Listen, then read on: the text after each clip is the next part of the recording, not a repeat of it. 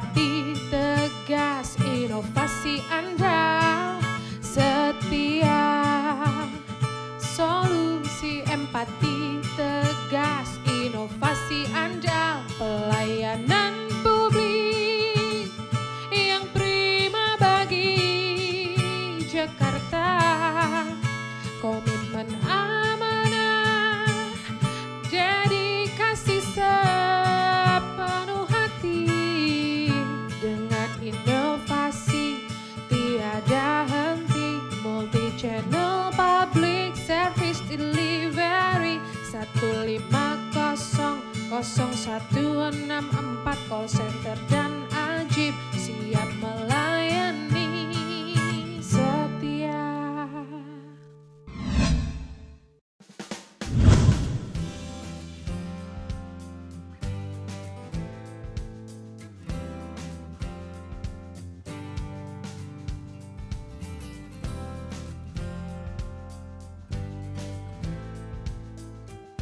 Pemirsa, apa kabar? Sehat dan semangat selalu ya. Kita baru saja memperingati Hari Olahraga Nasional atau HORNAS pada tanggal 9 September lalu. HORNAS ke-38 tahun 2021 mengusung tema Desain Besar Olahraga Nasional Menuju Indonesia Maju. Desain besar yang dimaksud adalah sebagai acuan arah tujuan dunia olahraga dan keolahragaan Indonesia dalam bidang olahraga pendidikan, olahraga kreasi, olahraga prestasi, maupun industri olahraga. Peringatan HORNAS membawa pesan dan semangat kepada seluruh lapisan masyarakat untuk terus berolahraga secara rutin dan teratur. Karena olahraga merupakan aktivitas yang harus dilakukan dalam penerapan gaya hidup sehat.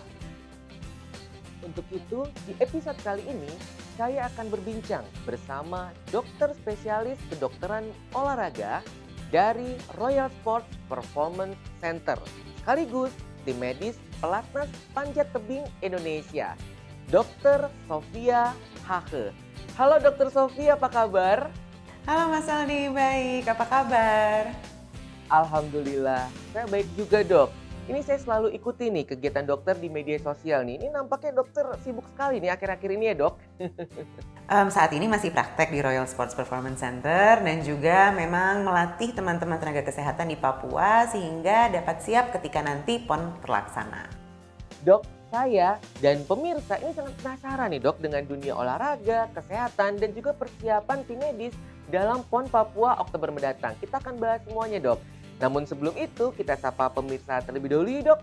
Halo warga Nusantara, saya Dr. Sofia Hache, spesialis kedokteran olahraga dari Royal Sports Performance Center. Dan saya Aldi, Anda sedang menyaksikan Layanan Jakarta on TV.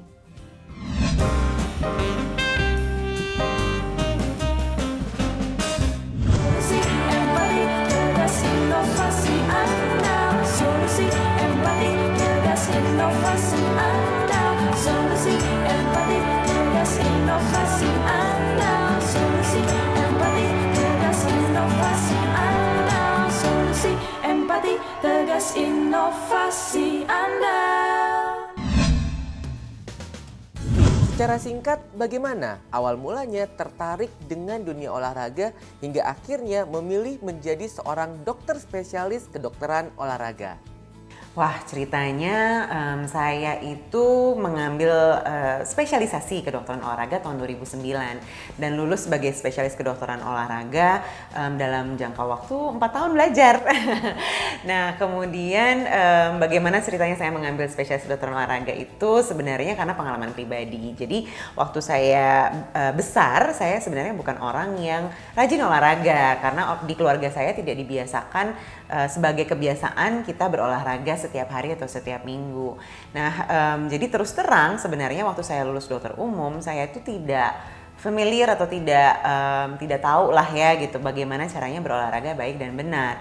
Nah, ketika saya lulus sebagai dokter umum, saya itu punya, sampai sekarang sih sebenarnya, punya migrain bulanan yang biasanya terkait dengan siklus menstruasi. Nah, di titik tertentu saya merasa bahwa saya tuh nggak mau terlalu tergantung dengan obat-obatan. Karena di titik itu saya merasa kok saya mau menolong orang lain. Karena saya jadi dokter sebenarnya untuk menolong orang lain. Tapi bahkan untuk menolong orang lain aja nggak bisa, karena saya nggak bisa menolong diri saya sendiri bangun setiap pagi. Jadi saya kemudian mencari tahu bagaimana saya bisa mengontrol atau memanage migrain saya di luar dari obat-obatan yang saya sudah minum. Dan di situ sebenarnya titik saya berkenalan dengan olahraga dan akhirnya jadi jatuh cinta sama olahraga. Jadi buat saya memilih spesialis kedokteran olahraga karena menurut saya harusnya semua orang tahu bahwa olahraga itu kebutuhan kita. Dan sebaiknya kita mencegah sebuah penyakit menjadi parah dan mengobatinya sebelum kita membutuhkannya gitu. Jadi ya olahraga dengan salah caranya atau gaya hidup sehat yang memang termasuk di dalamnya adalah olahraga. Setuju dok, gaya hidup sehat harus dimulai sekarang juga dan berkelanjutan. Lantas selama menjalani profesi dokter spesialis kedokteran olahraga, pengalaman menarik apa nih dok yang dapat dibagikan kepada pemirsa layanan Jakarta On TV? Waduh, pengalaman banyak ya. Tapi mungkin kalau bisa dibilang, saya waktu lulus sebagai spesialis kedokteran olahraga itu tidak langsung terjun ke dunia olahraga prestasi. Saya justru banyak di komunitas seperti Alzheimer Indonesia dan juga olahraga masyarakat lainnya gitu. Dan saya tuh baru pertama kali terjun ke megang sebuah tim olahraga itu sebenarnya dengan tim panjat tebing saat ini gitu. Jadi buat saya yang menarik adalah bagaimana perbedaan menanggapi kasus-kasus atau mengedukasi masyarakat yang punya latar belakang yang berbeda. Karena kalau kita bicara non-atlet atau masyarakat pada umumnya gitu ya, kita biasanya bicara untuk mengedukasi bagaimana olahraga yang baik dan benar, kemudian bagaimana memulai gaya hidup yang sehat, bagaimana mempertahankan kualitas hidup. Tapi begitu saya terjun di atlet, beda banget ininya fokusnya gitu. Ternyata fokusnya itu bagaimana meraih prestasi, bagaimana dengan kondisi masih cedera masih dapat bertanding gitu ya. Dan juga bahkan ketika atlet itu sudah ada di titik di mana dia mengalami cedera, kemudian takut pensiun dini, tapi kita tetap berusaha sebisa mungkin supaya dia tetap dapat berprestasi dan masuk di tim nasional gitu. Jadi pengalamannya bagaimana ternyata kondisi masing-masing pasien atau masing-masing populasi itu bisa bikin kita beda banget gitu. Dan saya merasa sangat ya humbled lah ya, saya merasa sangat wah saya berharga, ini pengalaman berharga banget gitu. Dan ternyata harganya mahal, nggak bisa didapat dengan sederhana gitu. Baik dok, ini saya tertarik nih dok dengan tugas dokter sebagai tim medis pelatnas panjat tebing Indonesia. Bagaimana dokter melihat tantangan yang dihadapi oleh para atlet panjat tebing kita? Karena yang saya tahu ini hanya panjat sosial saja dok. Iya, pertanyaan yang bagus banget Mas Aldi. Bukan panjat sosial ya. Jadi untuk atlet-atlet panjat tebing ini sangat menarik karena memang kalau kita bicara panjat tebing, Indonesia saat ini kekuatannya ada di cabang speed atau kecepatan. Sementara kalau kita lihat di Tokyo Olympics yang tahun ini gitu ya, kita tidak masuk karena mereka ada 3 cabang yang dimainkan, speed, lead, dan boulder gitu. Jadi kalau dari pengalaman saya sih menangani atlet panjat tebing ini, mereka sekarang sedang mengembangkan lead dan boulder ini gitu, dan karakteristiknya beda banget. Jadi ternyata kalau kita pikir oh panjat tebing ya panjat tebing gitu ya, tapi ternyata dari kecepatan, kalau speed kan kita fokusnya ke kecepatan, kalau lead sama boulder tuh ketangkasan, bagaimana memilih lintasan yang cepat sampai tapi poinnya juga tinggi gitu. Jadi itu bukan cuma soal ketahanan fisik atau kebugaran fisik ya, tapi juga bagaimana secara mental mereka juga ada di titik di mana mereka secara objektif bisa dan rasional memilih lintasan yang mereka sanggup lakukan. Dan itu nggak gampang ya. Kalau kita bilang mentalitas juara ya disitulah mentalitas juara gitu. Jadi saya sangat merasa bahwa kalau menangani ini nggak bisa sendiri. Menangani atlet panjat tebing ataupun atlet nasional manapun, kita nggak bisa sendiri berdiri. Dari tim kesehatan harus bekerja sama dengan tim keolahragaan, jadi coachnya. Kemudian dalam beberapa hal harus komunikasi dengan psikolog olahraganya juga, supaya teman-teman atlet ini ada di titik di mana mentalitas juaranya tetap terpegang. Dan juga tentunya secara gizi, jadi bisa kerjasama dengan ahli gizi juga.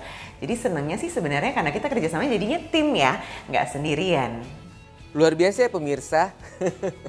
Dok, lalu bagaimana nih dokter mengedukasi masyarakat akan pentingnya kesehatan jasmani? Secara sederhana sebenarnya apa sih dok makna sehat yang perlu dipahami oleh masyarakat? Ya, jadi biasanya nih Mas Aldi, masyarakat itu biasanya kalau dengar kata sehat mereka berpikir yang penting tidak sakit gitu ya.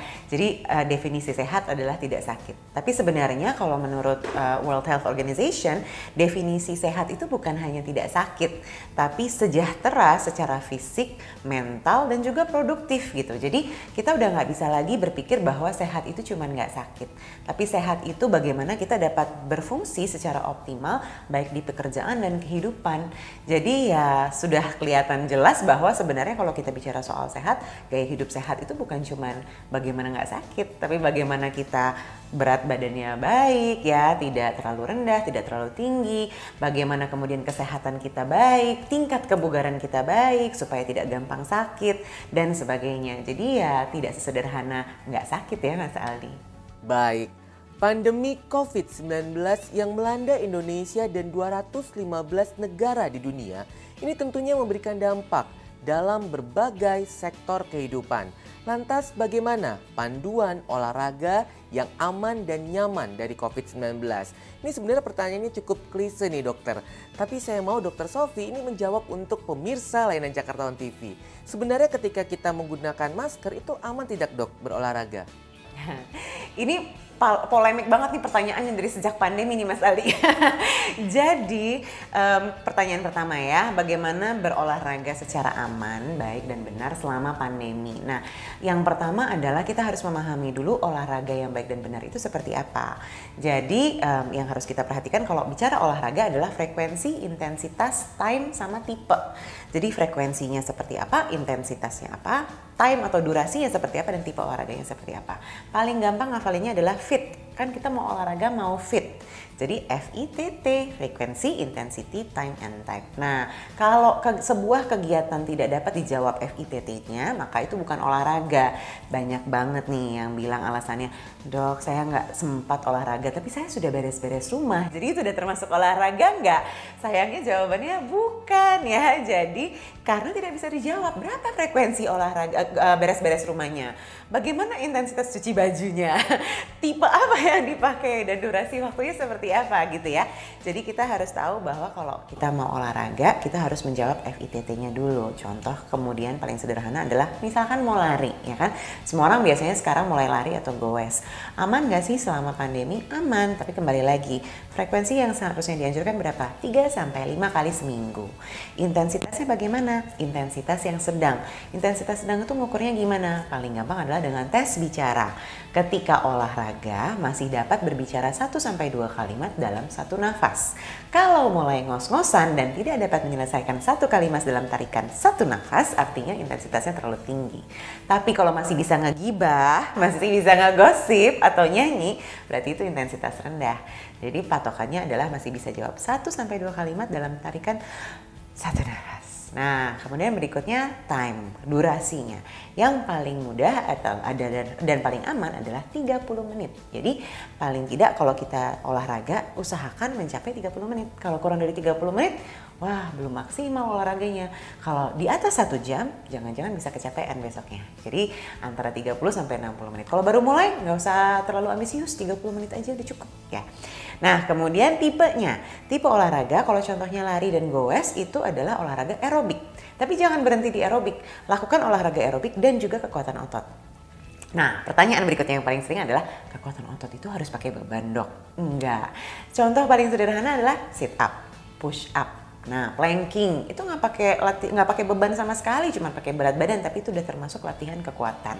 Jadi kalau misalkan teman-teman mau olahraga, misalkan nih hari Senin, Rabu, dan Jumat jogging atau goes, terus abis itu Selasa dan Kamis melakukan latihan kekuatan sederhana seperti sit up, push up, planking, squat, lunges, dan sebagainya.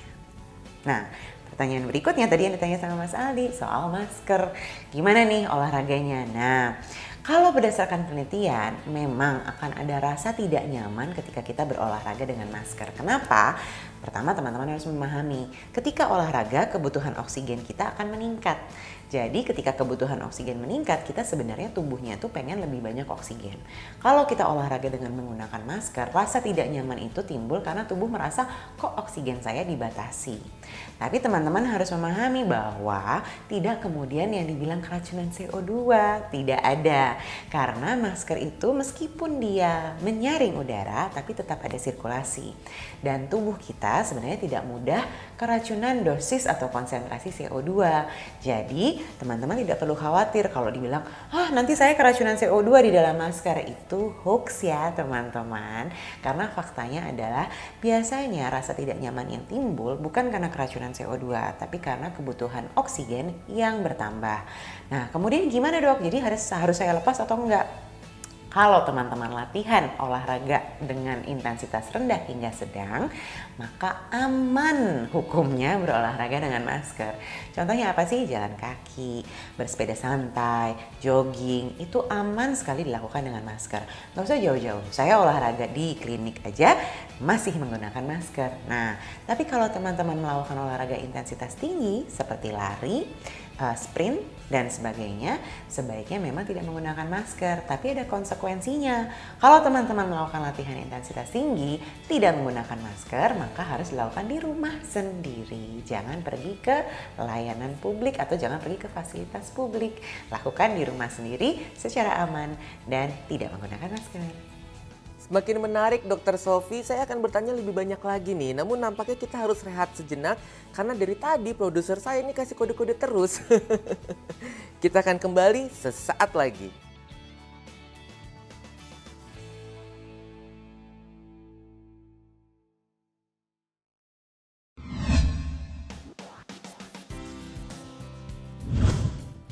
Pemirsa, masih di layanan Jakarta On TV dan saat ini kita juga masih terhubung secara virtual bersama dokter spesialis kedokteran olahraga dari Royal Sports Performance Center sekaligus tim medis Pelatnas Panjat Tebing Indonesia, Dr. Sofia Hache. Dokter Sofi, kita lanjut lagi nih dok. Dok, kali ini saya penasaran nih dengan bidang kedokteran olahraga. Secara singkat seperti apa dok tanggung jawab dan juga peran dokter spesialis kedokteran olahraga dalam menangani pasiennya? Banyak ya Mas Aldi. Jadi kalau kita bicara soal skop kerja atau lingkup kerja seorang spesialis kedokteran olahraga, itu bisa dibagi menjadi beberapa aspek. Yang pertama adalah menangani segala sesuatu yang terjadi akibat olahraga. Di antaranya adalah cedera olahraga kayak kram, keseleo gitu ya, termasuk juga overtraining kalau di atlet. Nah, aspek kedua adalah segala sesuatu yang dapat diterapi dengan olahraga. Contohnya kelebihan berat badan, contohnya lagi osteoporosis, contohnya lagi radang sendi atau osteoartritis gitu. Jadi skopnya sangat luas, mau yang terjadi akibat olahraga atau kondisi medis atau penyakit yang dapat diterapi dengan olahraga. Di luar dari itu kita menangani berbagai macam populasi. Yang pertama adalah masyarakat umum, dari yang kecil, anak-anak sampai dewasa atau lansia. Yang berikutnya adalah atlet. Atlet pun beragam usianya. Ada atlet junior dan ada atlet di mana mereka sudah ada di tahap nasional atau bahkan internasional. Jadi skopnya banyak ya, bukan cuma satu atau dua.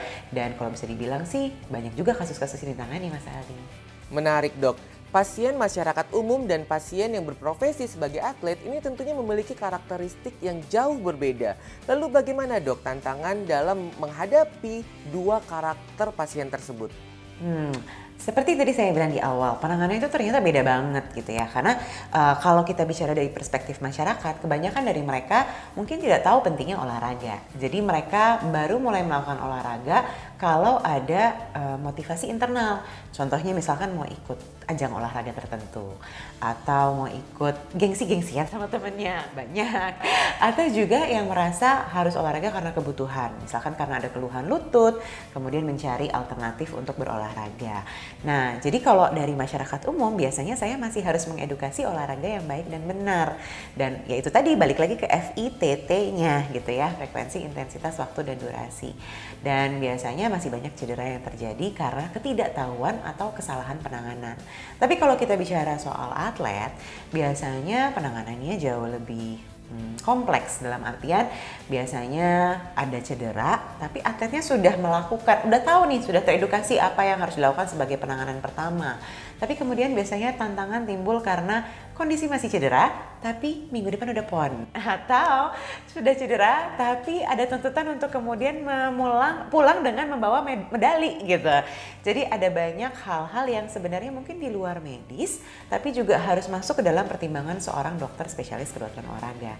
Di titik ini biasanya kalau dengan atlet kita biasanya komunikasi dengan tim lain gitu, anggota tim lain, yaitu coach, ahli gizi, psikolog olahraganya gitu ya. Dan kalau di atlet biasanya kita berusaha mencegah cedera yang terjadi akibat overuse, karena mereka tuh kalau orang masyarakat umum nih boro-boro olahraga 2 kali seminggu, kadang-kadang sekali seminggu aja udah bagus. Tapi kalau atlet mereka olahraga setiap hari, dan kalau misalkan lagi persiapan kayak gini nih, sekarang persiapan PON, 1 hari bisa 2 kali olahraganya, pagi sama sore. Jadi volume latihannya tinggi banget gitu. Dan biasanya tantangannya adalah bagaimana supaya tidak cedera, ataupun kalau cedera cepat sembuh dan cepat pulih begitu. Baik, Dokter Sofi, terkait dengan pandemi COVID-19, selama pandemi ini ada sebuah fakta yang tidak dapat dielakkan nih dok, yaitu munculnya golongan baru dalam struktur sosial masyarakat, yaitu hadirnya golongan atau kaum rebahan.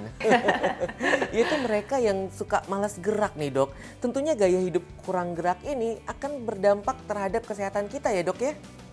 Betul. Lalu bagaimana nih dok mengantisipasi masalah kesehatan yang muncul ketika kita kurang gerak?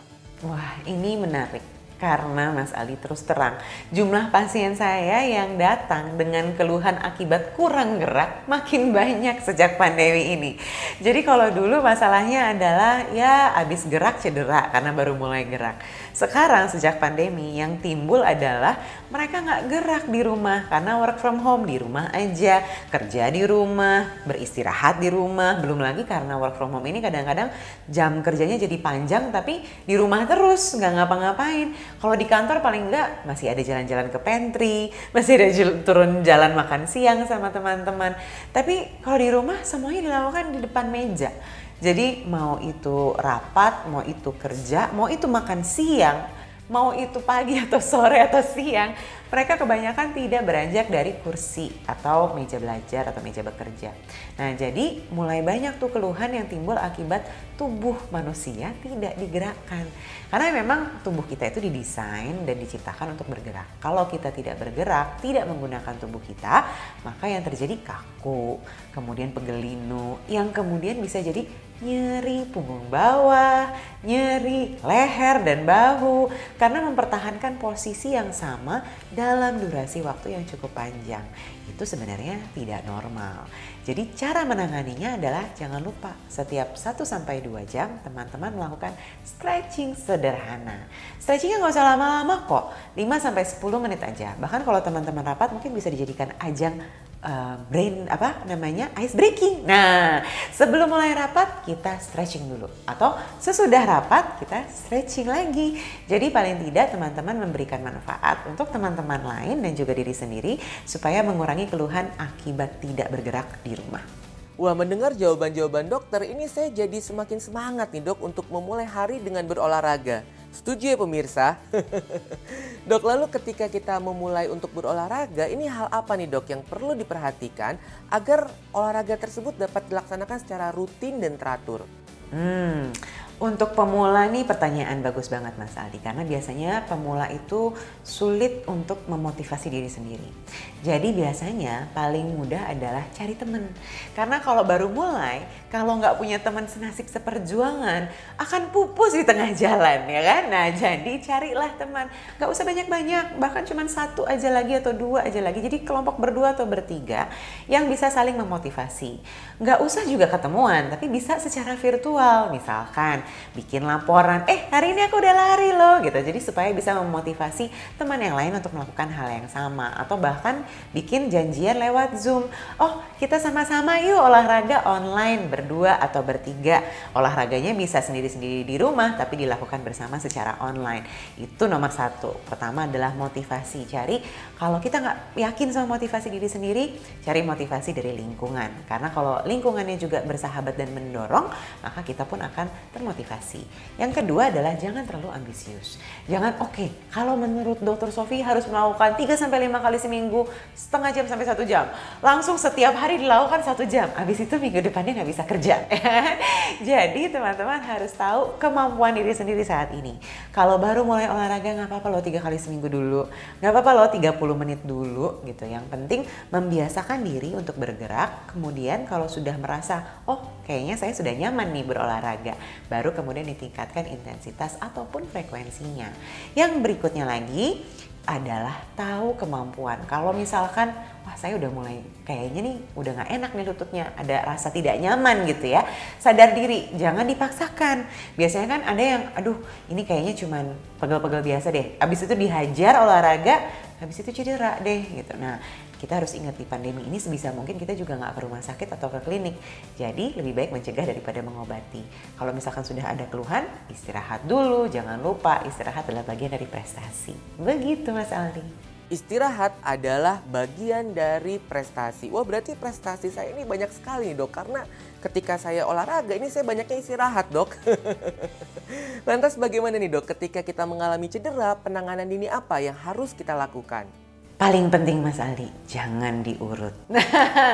Biasanya di masyarakat itu masih ada paradigma atau konsep kalau cedera pergi ke tukang urut atau pergi ke tukang pijit. Jadi kalau cedera yang harus dilakukan pertama jangan diurut atau jangan dipijit. Kenapa? Bayangin kayak tali tambang. Kalau tali tambang kita tarik terus ada serabutnya yang kecil keluar-keluar, kalau kita pijit lokasi itu, maka yang terjadi akan makin ambiar kan? Serabut-serabut kecil itu akan makin berantakan dan makin keluar dan makin putus. Nah itu sama, kita bayangin kalau misalkan ada otot yang kita bilangnya micro injury atau cedera secara mikroskopis yang serabut-serabutnya keluar. Kalau dipijit maka akan makin memar, makin sakit, makin longgar ototnya. Nah itu biasanya bikin pemulihannya jadi terhambat atau makin lama. Harusnya selesainya 3 hari malah jadi bisa seminggu atau 2 minggu atau bahkan berbulan-bulan kambuh-kambuhan. Jadi penting sekali jangan dipijit atau diurut. Terus apa dong yang dilakukan? Harus dikompres es. Bukan hangat, bukan panas, tapi kompres es atau dingin. Nah biasanya teman-teman tuh suka lupa karena kompres es cuma 5 menit aja. Nah ini teman-teman harus ingat, kompres esnya harus minimal 15 menit sampai 20 menit. Kenapa? Karena kulit kita itu di bawahnya ada lemak. Di bawah lemak baru ada otot. Jadi kalau cuma 5 menit, biasanya cuma kulitnya doang yang dingin.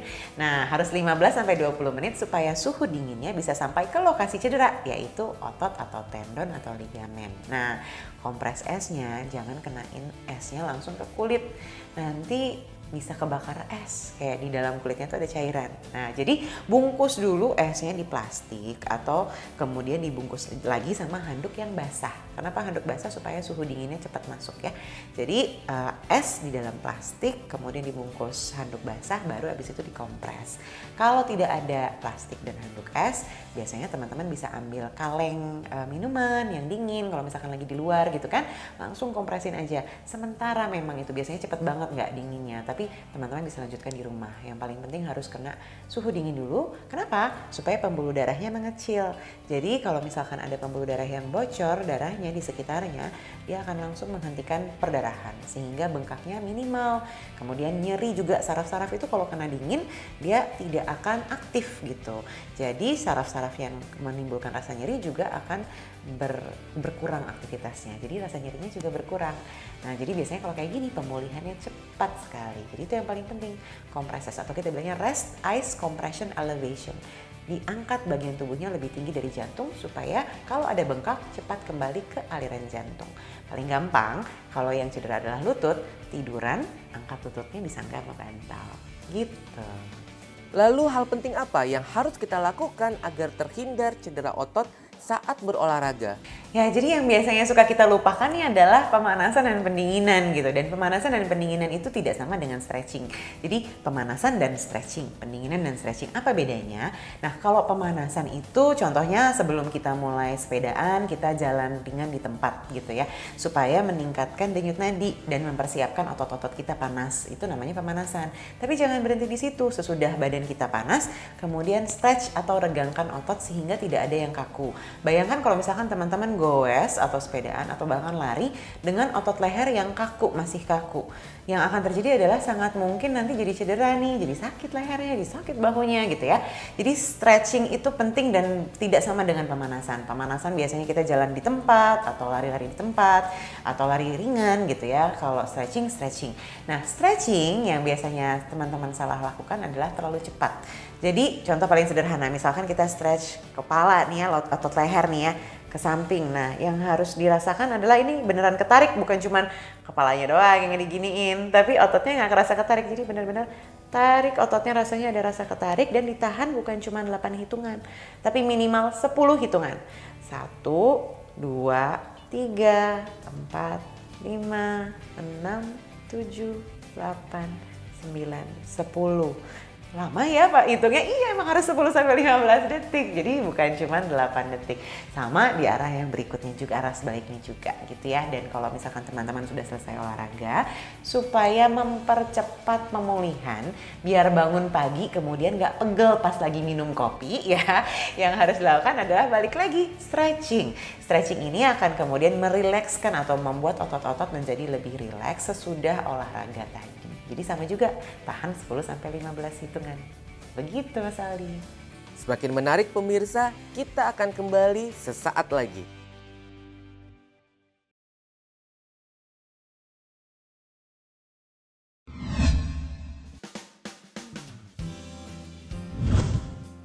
Pemirsa, masih di layanan Jakarta on TV. Dan saat ini kita juga masih terhubung secara virtual bersama dokter spesialis kedokteran olahraga dari Royal Sports Performance Center, sekaligus tim medis Pelatnas Panjat Tebing Indonesia, Dr. Sofia Hahe. Dr. Sofi, saya akan bertanya dengan hal yang lain lagi nih dok, yaitu terkait dengan pelayanan publik. Menurut dokter seberapa penting sih legalitas itu?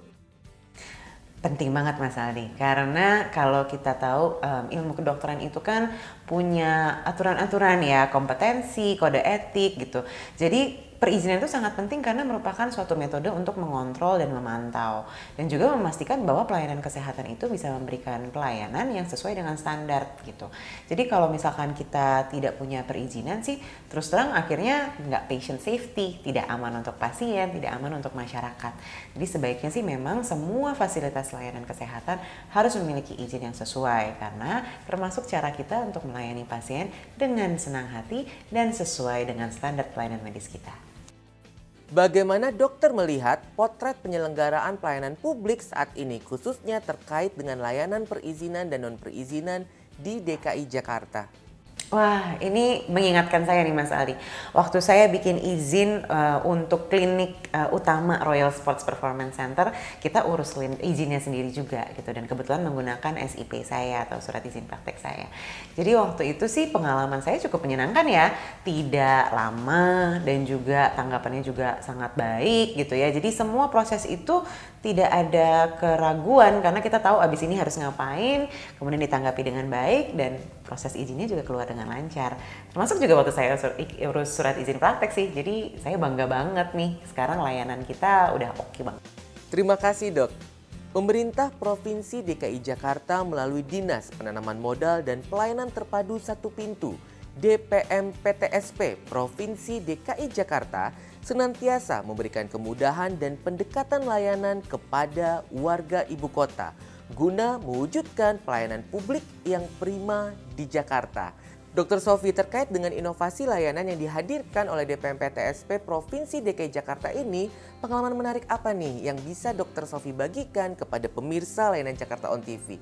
Silakan dok. Nah Mas Aldi, aku baru tahu banget kemarin juga. Jadi ternyata kalau biasanya aku urus surat izin praktek itu kan aku harus datang sendirian nih. Atau paling nggak harus urus gimana caranya supaya dokumen bisa nyampe sana. Nah aku baru tahu kemarin ternyata ada yang namanya Ajib. Nah ini mempermudah banget sih karena ternyata dokumenku dijemput dan diantar sesudah jadi. Dan yang lebih mengagetkannya lagi adalah gratis. Siapa yang sangka udah dipermudah, dijemput, diantar dan aku nggak perlu bayar apa-apa. Terus terang sih ini mempermudah banget, jadi aku masih tetap bisa praktek, masih bisa kemudian dokumen juga sampai dan hasilnya juga nggak mengecewakan. Bangga banget sih sekarang jadi warga Jakarta bisa bilang ngurus perizinan nggak susah. Pengalaman saya ketika mengurus izin dalam hal surat izin praktek dan juga izin klinik, ternyata urus izin sendiri itu tidak sesulit yang dibayangkan. Jadi kalau selama ini berpikir harus menggunakan pihak ketiga, ternyata waktu urus izin sendiri itu mudah banget. Semua dokumennya jelas yang diminta apa, kemudian prosesnya juga sangat cepat, kemudian diberitahu juga kapan selesainya dan apa yang kurang. Jadi sama sekali tidak merasa, oh kapan ya jadinya, di setiap langkah selalu ada kejelasan. Jadi yuk warga Jakarta kita urus izin sendiri karena urus izin sendiri itu mudah. Baik, apresiasi diberikan kepada Dr. Sofi dan warga ibu kota lainnya yang telah mengurus perizinan dan non-perizinannya secara mandiri tanpa menggunakan pihak ketiga. Semakin membuktikan bahwa di Jakarta urus izin sendiri itu mudah. Dr. Sofi, terkait dengan Pekan Olahraga Nasional atau PON Papua 2021 mendatang, ini Dr. Sofi sebagai tim medis pelatnas panjat tebing Indonesia. Lalu bagaimana nih kesibukan yang Dr. Sofi lakukan dalam mempersiapkan perhelatan akbar tersebut? Persiapannya sebenarnya cukup panjang ya Mas Aldi. Jadi sebelum pelaksanaan PON ini tenaga-tenaga kesehatan, jadi perawat, dokter, puskesmas di Papua kita latih nih supaya panitia lokal dan juga tenaga medis lokal terbekali dengan kemampuan untuk mengatasi cedera olahraga ataupun manajemen medis selama event olahraga besar seperti PON. Karena tentunya kita tahu PON ini nggak mudah dilaksanakan apalagi di dalam pandemi. Jadi kita harus memastikan ketika kita melaksanakan PON ini bukan hanya aman secara pandemi ya atau resiko infeksi, tapi juga aman untuk atlet-atletnya dan untuk panitia pelaksananya juga gitu. Jadi saat ini sih saya sedang melatih tenaga kesehatan di Papua untuk mempersiapkan diri untuk manajemen medisnya. Dan ada kemungkinan juga saya akan berangkat ke PON. Jadi akan kembali lagi ketika nanti PON dilaksanakan. Begitu. Baik, kita sudah sampai di penghujung acara nih dok. Sebelum kita mengakhiri, pesan atau semangat apa yang ingin Dr. Sofi sampaikan kepada warga Nusantara, pemirsa layanan Jakarta On TV agar rutin berolahraga dan senantiasa menjadikan sehat sebagai gaya hidup? Silakan Dr. Sofi. Jangan jadi kayak saya, olahraga pas cuman butuh doang. Saya dulu mulai olahraga ketika saya merasa saya butuh karena migrain. Jadi jangan ya, saya jadi dokter olahraga supaya bisa mengedukasi masyarakat bahwa olahraga itu adalah bagian penting dari kualitas hidup yang baik, dari gaya hidup yang sehat. Jadi bergeraklah, mulai berkenalanlah dengan olahraga yang bisa dilakukan. Nggak perlu ribet-ribet cari olahraga yang disenangi atau cari gerakan yang mudah dilakukan sehari-hari, jadikan sebagai kebiasaan. Jatuh cintalah dengan olahraga dan terus bergerak sehari-hari. Siap. Mulai hari ini, saya dan pemirsa akan deklarasikan jatuh cinta dengan olahraga. Dan kita akan gerak terus nih dok. Setuju ya pemirsa? Baik Dr. Sofi, terima kasih atas obrolan hangat dan waktu yang telah diberikan. Salam sehat dan semangat selalu ya dok. Sama-sama Mas Aldi, salam sehat. Sampai bertemu di episode selanjutnya. Salam setia melayani Jakarta.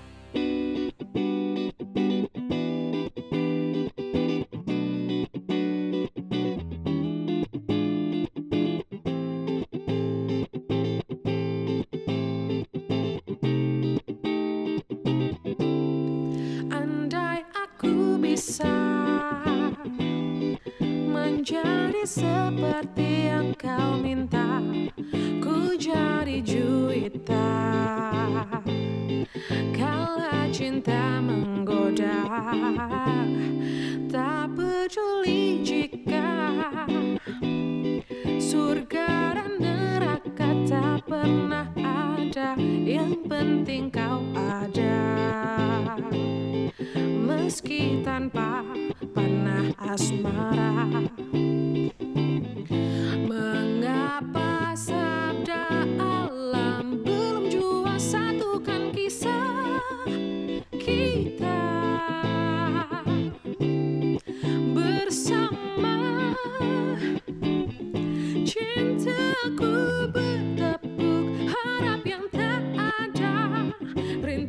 dan nada asmara. Ingin ku kembali ke masa remaja, serasa Gali dan Ratna yang ku mau kau untukku. Meskipun kau tak rindu, engkau aku suka.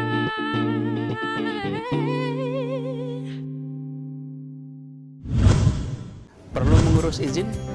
Di Jakarta, urus izin sendiri itu mudah. Urus izin sendiri itu mudah.